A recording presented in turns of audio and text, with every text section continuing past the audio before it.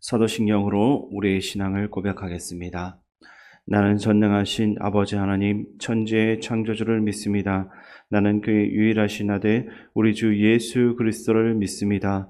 그는 성령으로 잉태되어 동정녀 마리아에게서 나시고 본디오 빌라도에게 고난을 받아 십자가에 못 박혀 죽으시고 장사된 지 사흘 만에 죽은 자 가운데서 다시 살아나셨으며 하늘에 오르시어 전능하신 아버지 하나님 우편에 앉아 계시다가 거기로부터 살아있는 자와 죽은 자를 심판하러 오십니다.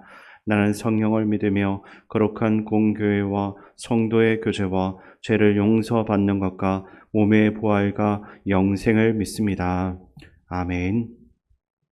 하나님께서 오늘 우리에게 주시는 말씀은 창세기 50장입니다. 구약 성경 80쪽입니다. 창세기 50장을 교독하겠습니다. 요셉이 그의 아버지 얼굴에 굽으려 울며 입맞추고 그 수종들은 의원에게 명하여 아버지의 몸을 향으로 처리하게 하매 의원이 이스라엘에게 그대로 하되 40일이 걸렸으니 향으로 처리하는 데는 이 날수가 걸림이며 애굽 사람들은 70일 동안 그를 위하여 곡하였더라. 곡하는 기한이 지남에 요셉이 바로의 궁에 말하여 이르되 내가 너희에게 은혜를 입었으면 원하건대 바로의 귀 아래 길을 우리 아버지가 나로 맹세하게 하여 이르되 내가 죽거든 가나안 땅에 내가 파놓은 묘실에 나를 장사하라 하였나니 나로 올라가서 아버지를 장사하게 하소서 내가 다시 오리이다 하라 하였더니 바로가 이르되 그가 내게 시킨 맹세대로 올라가서 내 아버지를 장사하라. 요셉이 자기 아버지를 장사하러 올라가니 바로의 모든 신하와 바로궁의 원로들과 애굽 땅의 모든 원로와 요셉의 온 집과 그의 형제들과 그의 아버지의 집이 그와 함께 올라가고 그들의 어린 아이들과 양떼와 소떼만 고센 땅에 남겼으며 병거와 기병이 요셉을 따라 올라가니 그 때가 심히 컸더라. 그들이 요단강 건너편 아닷 타작마당에 이르러 거기서 크게 울고 애통하며 요셉이 아버지를 위하여 7일 동안 애곡하였더니 그 땅 거민 가나안 백성들이 아닷 마당의 애통을 보고 이르되 이는 애굽 사람의 큰 애통이라 하였으므로 그 땅 이름을 아벨 미스라임이라 하였으니 곧 요단강 건너편이더라. 야곱의 아들들이 아버지가 그들에게 명령한 대로 그를 위해 따라 행하여 그를 가나안 땅으로 메어다가 마므레 앞 막벨라 밭 굴에 장사하였으니 이는 아브라함이 헷 족 에브론에게 밭과 함께 사서 매장지를 삼은 곳이더라. 요셉이 아버지를 장사한 후에 자기 형제와 호상꾼과 함께 애굽으로 돌아왔더라. 요셉의 형제들이 그들의 아버지가 죽었음을 보고 말하되 요셉이 혹시 우리를 미워하여 우리가 그에게 행한 모든 악을 다 갚지나 아니할까 하고 요셉에게 말을 전하여 이르되 당신의 아버지가 돌아가시기 전에 명령하여 이르시기를 너희는 이같이 요셉에게 이르라 내 형들이 내게 악을 행하였을지라도 이제 바라건대 그들의 허물과 죄를 용서하라 하셨나니 당신 아버지의 하나님의 종들인 우리 죄를 이제 용서하소서 하매 요셉이 그들이 그에게 하는 말을 들을 때 울었더라. 그의 형들이 또 친히 와서 요셉의 앞에 엎드려 이르되 우리는 당신의 종들이니이다. 요셉이 그들에게 이르되 두려워하지 마소서 내가 하나님을 대신하리이까. 당신들은 나를 해하려 하였으나 하나님은 그것을 선으로 바꾸사 오늘과 같이 많은 백성의 생명을 구원하게 하시려 하셨나니 당신들은 두려워하지 마소서 내가 당신들과 당신들의 자녀를 기르리이다 하고 그들을 간곡한 말로 위로하였더라. 요셉이 그의 아버지의 가족과 함께 애굽에 거주하여 110세를 살며 에브라임의 자손 3대를 보았으며 므낫세의 아들 마길의 아들들도 요셉의 스라에서 양육되었더라. 요셉이 그의 형제들에게 이르되 나는 죽을 것이나 하나님이 당신들을 돌보시고 당신들을 이 땅에서 인도하여 내사 아브라함과 이삭과 야곱에게 맹세하신 땅에 이르게 하시리라 하고 요셉이 또 이스라엘 자손에게 맹세시켜 이르기를 하나님이 반드시 당신들을 돌보시리니 당신들은 여기서 내 해골을 메고 올라가겠다 하라 하였더라. 요셉이 110세의 죽음에 그들이 그의 몸에 향재료를 넣고 애굽에서 입간하였더라. 아멘.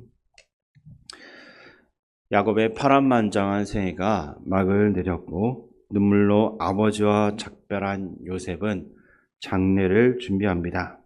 주목할 만한 점은 시신을 향으로 처리했다라는 사실인데, 이는 방부 처리를 통해서 미라로 만들었음을 의미하는 것입니다. 구약에서 시신을 미라로 만든 사례는 단 2번뿐인데 모두 이 오늘 읽었던 본문에 해당됩니다. 바로 야곱과 이후에 응급이 되는 요셉의 시신이며, 이는 그들이 이집트에서 누렸던 높은 지위를 반영하는 것입니다. 야곱의 장례는 성경에 기록된 장례 중에서 가장 규모가 큰 것으로 보여집니다. 최소 117일 동안 진행되었고, 요셉의 가족은 물론 바로와 그의 모든 신하, 왕궁의 원로들, 또 이집트 전역의 고위 관리들이 참석했던 장례식이었습니다. 심지어 병거와 기병대까지 동원되어서 그 장례 행렬에 함께 했습니다. 이것은 그 당시 이집트 제국이 행할 수 있는 가장 화려한 의식이었으며, 요셉과 그의 아버지가 얼마나 많은 존경을 받고 있었던 건지를 보여주고 있는 것입니다. 그런데 화려한 이 장례식이 끝나고 요셉의 형제들은 새로운 걱정에 빠지면서 이런 말을 합니다. 15절 말씀을 제가 읽어드리겠습니다. 요셉의 형제들이 그들의 아버지가 죽었음을 보고 말하되, 요셉이 혹시 우리를 미워하여 우리가 그에게 행한 모든 악을 다 갚지나 아니할까 하고. 아멘. 아버지 야곱의 보호막이 사라진 지금 요셉이 과거의 일에 대한 복수를 할 수 있다라는 두려움이 그들의 마음을 사로잡았던 것입니다.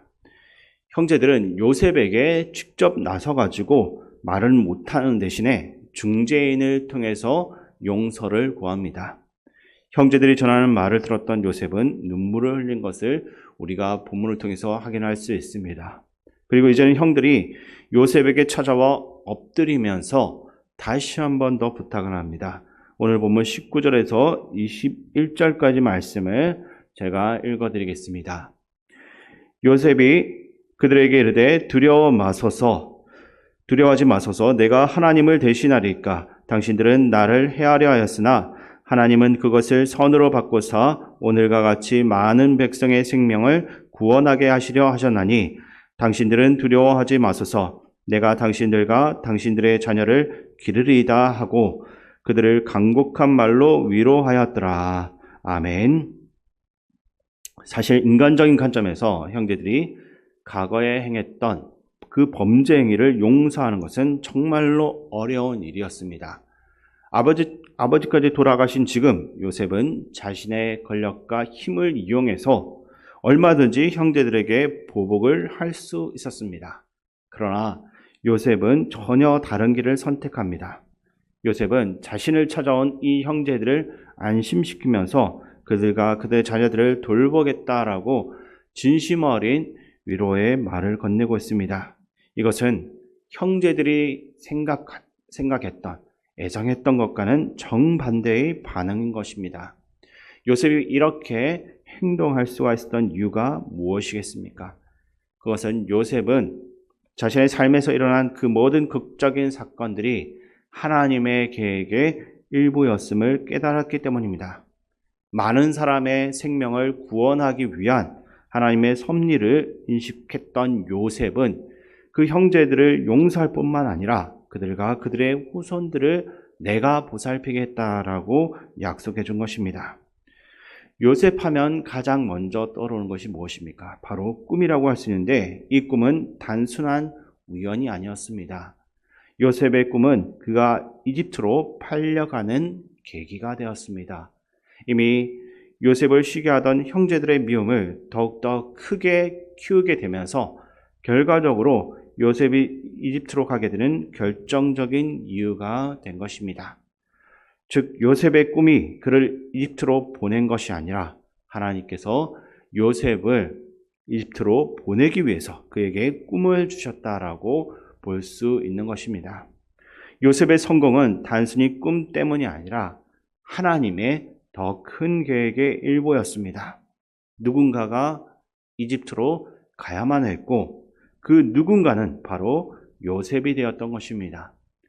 하나님은 이 목적을 위해서 요셉에게 꿈을 꾸게 하셨던 것입니다. 그래서 시편 105편 17절에서는 그가 한 사람을 앞서 보내셨음이여 요셉이 종으로 팔렸도다라고 노래하고 있는 것입니다. 하나님께서 이스라엘 민족을 위해서 한 사람을 미리 예굽으로 보내셨는데 그 사람이 요셉이었고 그것을 위해서 요셉의 꿈을 이용하셨다라는 말씀인 것입니다. 요셉은 이것을 알고 있었고 믿고 있었던 것입니다. 요셉은 하나님의 계획과 섭리를 깊이 이해하고 있었기 때문에 그 형제들을 미워할 이유가 전혀 없었습니다.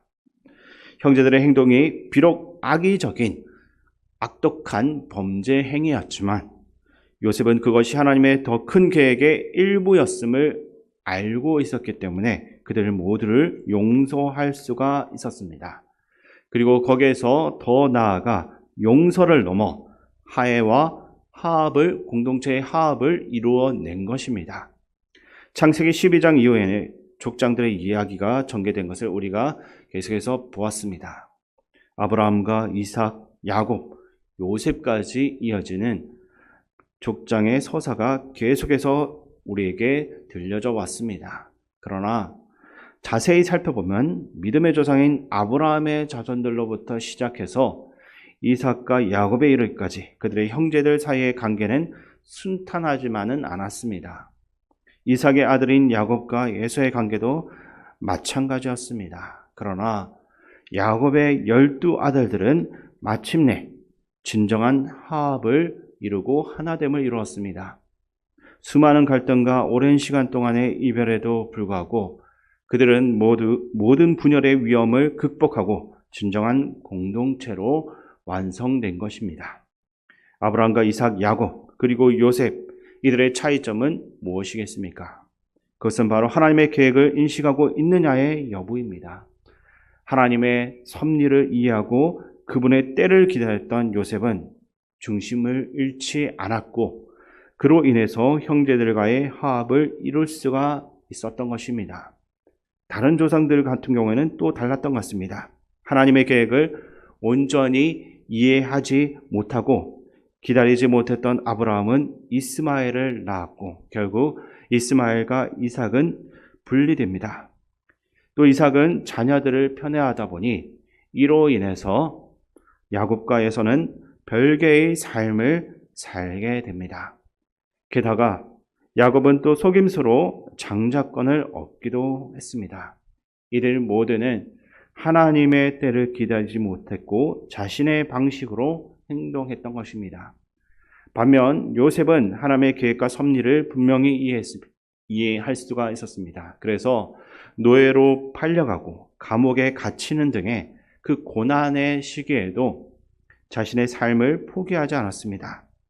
하나님의 그 뜻을 온전히 신뢰했기에 결국 형제들을 만났을 때 복수 대신 용서를 선택할 수 있었고 이를 통해 공동체의 화합을 이루어낸 것입니다. 하나님의 계획을 인식하고 있느냐의 여부가 이러한 결과의 차이를 만들어낼 수 있습니다. 우리의 인생에도 마찬가지인데 우리를 오늘에 이르게 한 것은 우리의 꿈이나 우리의 능력이 아니라 하나님입니다. 과거의 고난이나 그 시련이 우리를 이 자리에 밀어붙인 것이 아니라 하나님께서 우리를 오늘의 모습으로 이끌어온 것입니다. 하나님이 우리 인생의 주관자이시며 우리를 인도하신다라는 사실을 기억하시기 바랍니다. 우리는 오늘도 하나님의 계획과 그 섭리 안에 있습니다. 겉으로는 우리 자신이나 주변 환경이 우리 인생을 계속해서 움직이고 좌우하는 것처럼 보이지만 실상은 하나님의 뜻에 따라 우리의 삶이 계속해서 이어지고 있는 것입니다. 이 진리를 믿고 나아가는 삶이 되어야 됩니다. 하나님의 계획과 섭리를 믿는 사람은 단순한 용서를 넘어서 진정한 공동체의 화합을 이루어낼 수 있습니다. 또한 어디를 가든지 평화를 전하고 하나님을 통한 화합을 실현해내는 것입니다. 우리의 삶은 어떠합니까? 우리를 통해서 화합과 또 평화가 이루어지고 있는지 자신을 돌아보시기 바랍니다. 하나님은 아브라함을 축복의 통로로 세우셨고 그 후손들을 거쳐가지고 요셉에게까지 이어졌습니다. 창세기 마지막에서 요셉은 축복의 통로가 되어 그도 수많은 사람들을 구원해냈습니다. 오늘 우리의 삶도 축복의 통로로서 사용되어져야 합니다. 하나님의 계획을 알지 못해 분열을 일으키는 삶이 아니라 하나님의 그 계획과 섭리를 온전히 이해하고 축복의 통로로서 우리가 속한 가정 공동체부터 또 극단적인 분열을 향해서 가고 있는 이 사회까지 진정한 사랑의 화합을 이루어낼 수 있는 복된 삶을 살아가는 우리 모두가 되기를 주님의 이름으로 간절히 축원드립니다. 사랑의 하나님 아버지, 요셉의 이야기를 통해 우리에게 큰 가르침을 주심에 감사드립니다. 우리 삶의 모든 순간이 하나님의 손 안에 있음을 깨닫게 하여 주시옵소서. 요셉과 같이 우리도 어려운 상황 가운데서도 하나님의 더 큰 계획을 신뢰하며 살아갈 수 있게 하시고 현재의 상황 가운데만 빠져있지 않도록 도와주시옵소서. 우리의 고난이 하나님의 뜻 안에서 선한 목적으로 사용될 것을 믿습니다. 우리가 가는 곳마다 평화와 화합의 도구가 되게 하시고 축복의 통로로 쓰임받을 수 있도록 도와주시옵소서. 가정과 이 사회에 진정한 사랑과 화합이 우리를 통해서 이루어질 수 있도록 저희를 인도하여 주시옵소서. 늘 우리와 함께 하시는 예수님의 이름으로 기도드립니다. 아멘. 주기도문으로 예배를 마치겠습니다. 하늘에 계신 우리 아버지, 아버지의 이름을 거룩하게 하시며 아버지의 나라가 오게 하시며 아버지의 뜻이 하늘에서와 같이 땅에서도 이루어지게 하소서. 오늘 우리에게 일용할 양식을 주시고 우리가 우리에게 잘못한 사람을 용서하여 준 것 같이 우리 죄를 용서하여 주시고 우리를 시험에 빠지지 않게 하시고 악에서 구하소서. 나라와 권능과 영광이 영원히 아버지의 것입니다. 아멘. 이 시간 말씀을 가지고 기도할 때 먼저 오늘도 하나님께서 내 인생의 경영자이시고 나를 이끌어 가시는 분이심을 믿으며 내 인생을 온전히 하나님께 맡기고 살아가는 삶이 될 수 있도록 기도하시고, 두 번째로 기도하실 때 하나님의 경륜 속에 사는 사람답게 주변의 사람들과 화합과 평화를 이루어가는 삶이 될 수 있도록 기도하시기 바랍니다. 그리고 나라와 민족, 이 땅의 지도자들을 위해서 기도하시고 교회 어르신들과 하루되 특별히 강명규 집사님 회복과 전원자 권사님 또 회복 위해서 기도해 주시고, 군 복무 중인 청년들과 다음 세대 청년부 수련을 위해서 기도해 주시고, 마지막으로 담임 목사님을 위해서 마음과 기도해 주시기 바랍니다.